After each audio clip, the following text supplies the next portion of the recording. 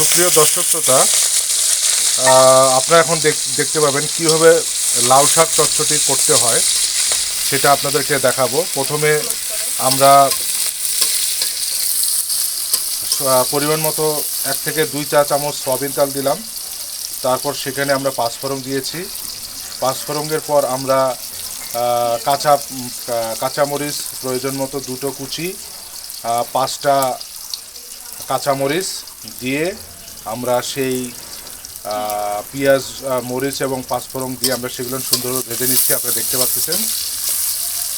এবং মরিচ এবং পেঁয়াজ এবং পাঁচফোড়নগুলো সুন্দরভাবে বাদামি রঙের ভাজার পর সেখানে আমরা ছোট ছোট আলু আগেই আমরা ছোটো করে আলু আমরা আগেই কেটে নিয়েছিলাম, কেটে নিয়ে আলাদা পাত্রে রেখেছিলাম। তারপর সেই পেঁয়াজ ভাজির মধ্যে সেই আলুগুলো আমরা ছেড়ে দিয়েছি। ছেড়ে দেওয়ার পর আমরা সর্বোচ্চ 3 থেকে 4 মিনিট সেগুলো আমরা ভাজবো। সেগুলো আমরা সুন্দরভাবে ভেজে নিচ্ছি, আপনারা দেখতে পাচ্ছেন।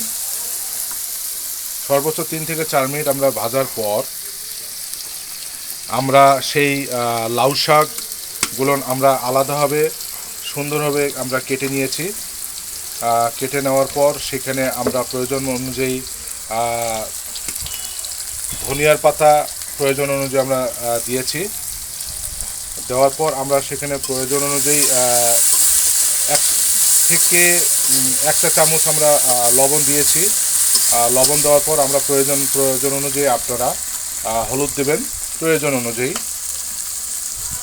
1 চা চামচ হলুদ দিতে পারেন। সেখানে 1 চা চামচ হলুদ দেওয়ার পর আপনারা সেগুলো আবার সুন্দরভাবে নেড়ে ছেড়ে নেবেন। নেড়ে ছেড়ে নেওয়ার পর যতক্ষণ পর্যন্ত আপনার বাদামি রঙের হয়নি অথবা আপনার এই আলুগুলো ভালোভাবে ভাজা হয়নি, ততক্ষণ পর্যন্ত আপনারা একটু জাল দিতে থাকবেন। জাল দেওয়ার পর হয়ে গেলে তারপর আমরা লাউ শাকগুলো আস্তে আস্তে আমরা সেই আলু এবং পেঁয়াজ যে মরিচ আমরা ভেজে নিচ্ছিলাম সেখানে আমরা দিয়ে দেব। সেখানে আমরা দিয়ে দিচ্ছি। দিয়ে দেওয়ার পর আমরা সেগুলো একটু নেড়ে ছেড়ে নেব। আপনারা আবার কিছুক্ষণ জন্য খুন্তি দিয়ে নেড়ে ছেড়ে নেবেন। সুন্দরভাবে নেড়ে ছেড়ে দেবেন। নেড়ে ছেড়ে নেওয়ার পর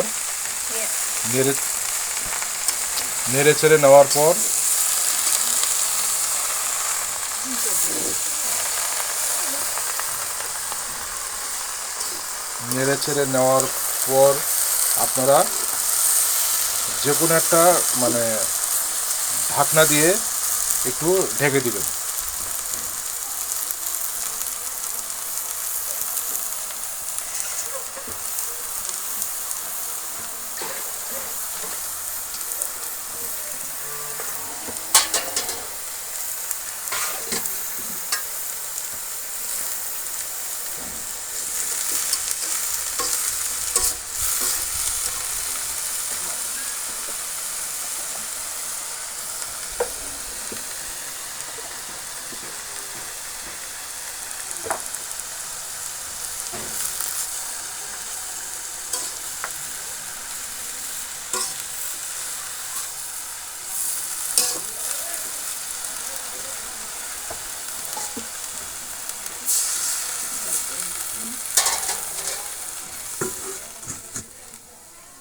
এই যে ঢেকে দেওয়া হলো। ঢেকে দেওয়ার পর আপনারা 2 থেকে 3 মিনিট আপনারা এটা রেখে দিবেন। রেখে দেওয়ার পর 2 থেকে 3 মিনিট রেখে দেওয়ার পর আপনারা প্রয়োজন মতো একটু 1 চা চামচ বা 4-5 চামচ জল না দিয়ে আবার নেড়ে চেড়ে 5 মিনিট জাল দেওয়ার পর আপনাদের হয়ে যাবে সুস্বাদু লাউ শাক চটচটি।